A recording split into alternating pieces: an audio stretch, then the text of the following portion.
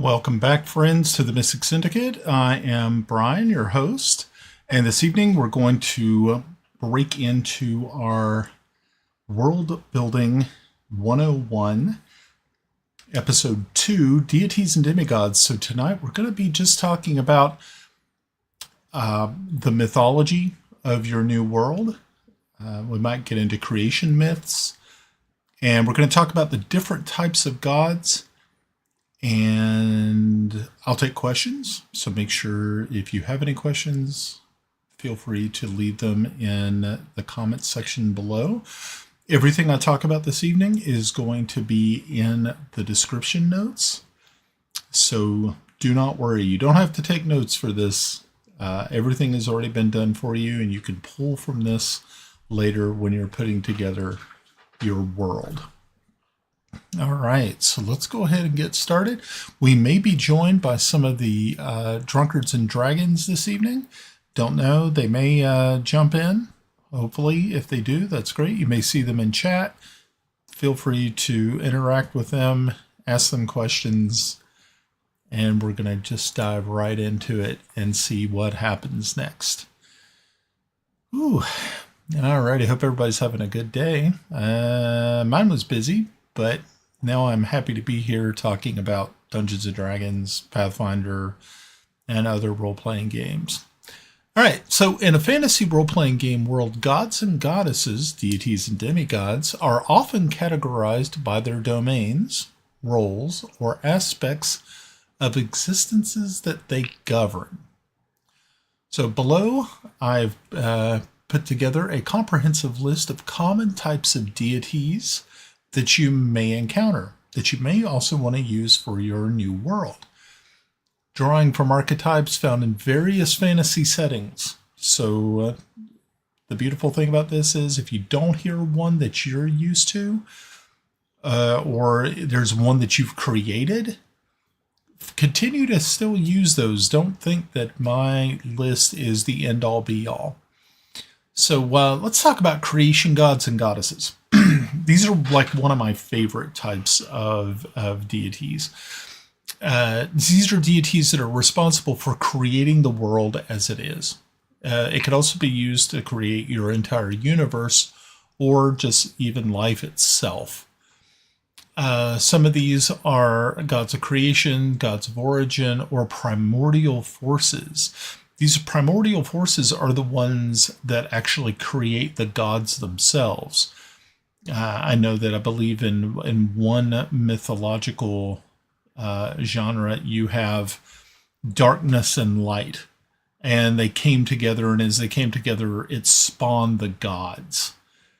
So you could use this as a possibility to how to start off your world or your universe, where you have just two primordial forces, chaos and order.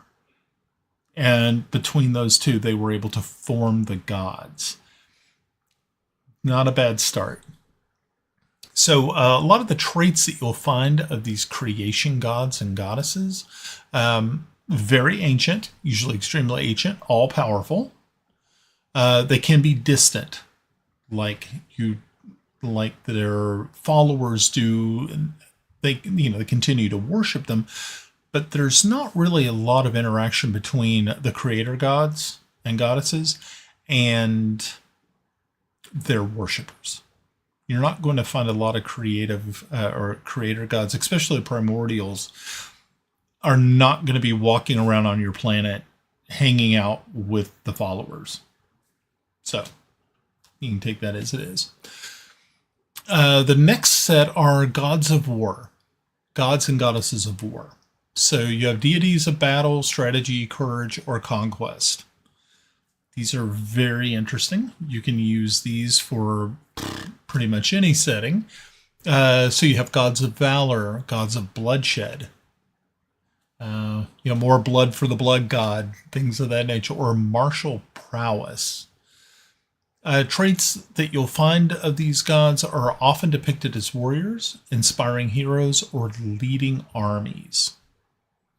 So that's something you can definitely keep in mind when you have types of war gods. When you think of war gods, also think of like with the Greeks or the Romans, probably better, is Mars, the Greek or the Roman god of war. So kind of think about it in that way.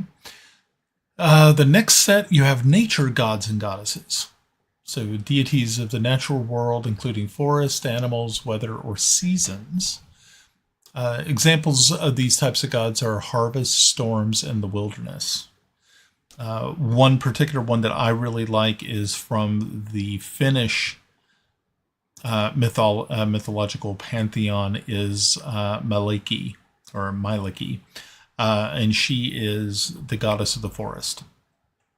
Absolutely love that idea. That's kind of neat.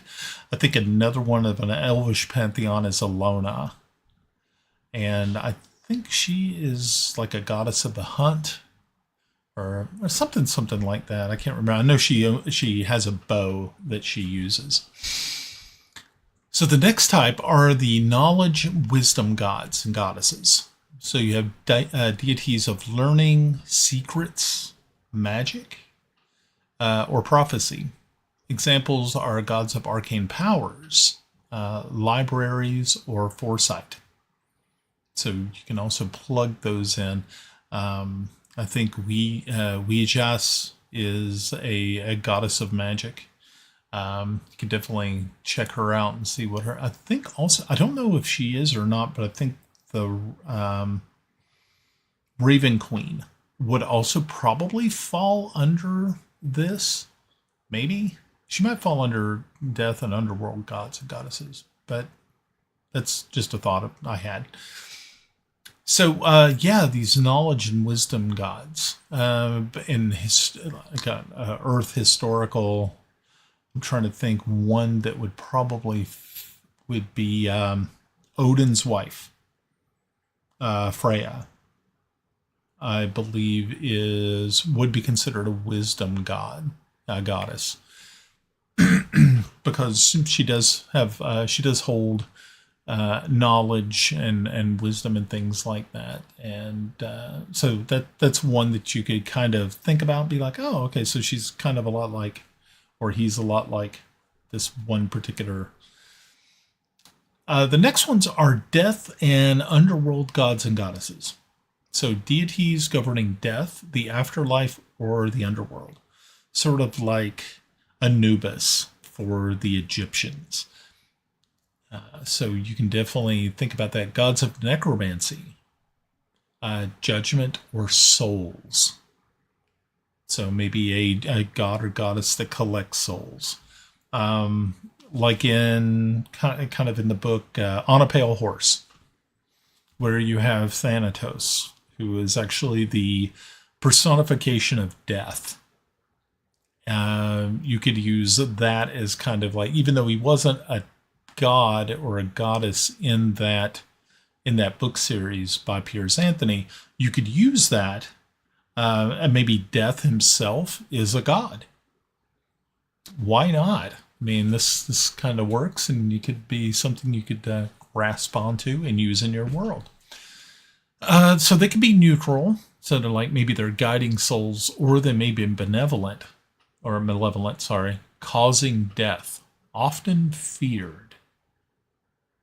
So maybe that's something you can definitely use. So another god and goddess group might be love and beauty. So deities of love, passion, beauty, or fertility. This can also go like hand in hand with, doesn't have to just be fertility of people. You could also probably use this, maybe fertility. You could use, once again, that would probably be more like a nature gods and goddesses. Harvest. Yeah. So I digress. So what you have is love and beauty. So maybe gods of romance, art, or desire. So often charismatic, revered by bards or romantics, may influence charm or seduction. Interesting. Probably a lot like, trying to think in the Greek. Can't remember all of my Greek gods and goddesses. Maybe Aphrodite or Venus. Venus for the Romans. Perfect. Yeah. And then the last group are the trickster gods and goddesses. So they're deities of mischief, cunning, or chaos. Think of Loki with the Norse mythos. Examples would be gods of thievery, pranks, or deception. And the traits that you may find them are unpredictable, often morally ambiguous. I like that. That's a good phrase. And favored by rogues or rebels. So these are the 7 types of gods and goddesses you may find in a fantasy world that you're trying to build. Now, you may have a completely different idea when it comes down to these gods and goddesses. You may actually have a society or a planet that is strictly atheist. They have no gods and goddesses. Everything is very technological or very, maybe more based on reason and logic, things like that. Or you might, this going back to World Building 101, first episode, you may have an item, maybe like in Paranoia, the computer is kind of running the show. It's their god. So you have a lot of options. You have everything starting from your primordials. They form the gods. The gods have many different roles that they can play. Certain gods would be prime to have paladins, where others would have more of an anti-paladin feel. Once again, it would be completely up to you how you want to move these players around on the cosmic field. So, with that in mind, let's also take a quick look at how a lot of these primordials. So the primordials create the gods, and a lot of times the gods themselves would turn on the primordials. If you go back to the ancient civilization of Ur in the Crescent Valley, you have the gods that were created by Tiamat, and I think I'm trying to remember the name of the male god, the male progenitor of the gods. I think it's Inky. Maybe it's Inky, but I know that Tiamat is in there. And what they did is they ended up killing Tiamat.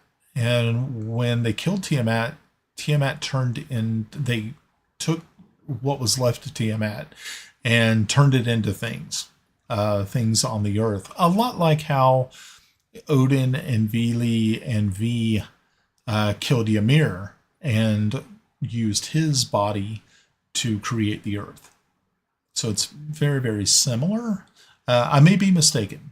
So if you happen to be watching this later and you go, Brian, I don't think that's the right one, put it in the comments below. Feel free to. I would love to. Now, if let's take a look at some of the other. Of course, you have good gods, bad gods. They will sometimes use their worshippers to fight against each other to strengthen that god's power on your world. So you can use that as a possible adventure hook. You're the primary god of the society that you live under, that your characters live under, could be given a task, a quest, from a local hierophant or a very high-level cleric. And from there, they would have to go out and do the bidding of this deity to hopefully strengthen that deity's power on your planet. So there's an adventure hook. You could definitely use that. I also like it if you have like paladins. one of my favorite classes. So you have paladins, and you want them to have powerful weapons, such as a Holy Avenger. Instead of just handing it out to them, have them go on a quest for it, something that is important to their god or goddess. Once again, another adventure hook, something you can easily just crank out pretty quickly. So, to sum it all up, we covered actually 8 types of gods and goddesses. We also included the atheists in there as well. Now, of course, you don't have to have, like I said, you don't have to have gods at all. You could just have, sort of like in my new campaign, we have an ancient treant that has godlike powers, and it actually lives on the planet. Its followers see it every day. That's kind of different. I mean, you may have deities and demigods that never ever talk to their worshippers. But then, of course, you might also have gods and goddesses that visit their worshippers often, who actually walk amongst them. They might even be in disguise. As one really quick example, I had one where the adventurers were going through a town, and this old man gets pretty much roughly thrown out of an inn, a tavern, and he lands literally in front of the horse of one of the players, one of the characters. And if any of them had dismounted and got down and picked him up and showed him just a little bit of kindness, he would not tell them who he was, but he would bestow a blessing upon them. And this blessing was something that I kept going the entire time, and they never really understood why it happened. It was just a really quick, secret way of being able to add something to the adventure, a little boon, so to speak, to a character or characters who showed humanity in the game. Because a lot of times when you're playing, a lot of times humanity just kind of slips by the wayside. You kind of turn that off, and mostly it's, especially with dungeons, with dungeon crawls in particular, you have characters who just go down there to just hack and slash and slay anything that moves. But if you want to add a little bit of mystery to the game, have the gods or goddesses work on the planet itself. They move amongst the NPCs and characters. So that's one way that you can kind of add an extra boost to your party. And you can also show them that the gods actually care and that they're watching. That's, once again, something you can add to your new world or take away from it. That is just an idea. So, like I said, we covered all 7, including the 8th one, which was our society that had no gods or goddesses. And getting back to that, maybe that world is more of like a science fiction sort of world. You might have it so that the aliens that landed on that planet did not have gods or goddesses, and they became the dominant culture. Of course, once again, a part of your story history. As we talked about in episode 1, we talk about living histories. Histories that actually play an important part. That's one of those situations where you have a planet with no gods or goddesses, but let's say your characters stumble upon an ancient relic which awakens the gods. Oh my gosh, that would be insane if they found some sort of mystical item that in a world that had no gods or goddesses, this would be the thing that would wake the gods from their slumber. Once again, complete possibility. Might surprise your characters completely, being that they would start off without deities or demigods to draw power from. It would be very, very hard for, like, say, clerics. If clerics kind of need a religious sort of outlet where to get their powers from, but then again, you could make up something different. They could actually draw their powers from just the planet itself. It's a complete possibility. So, I believe this is probably a good place to wrap it up for this evening. Thank you all very much for coming out and taking a look.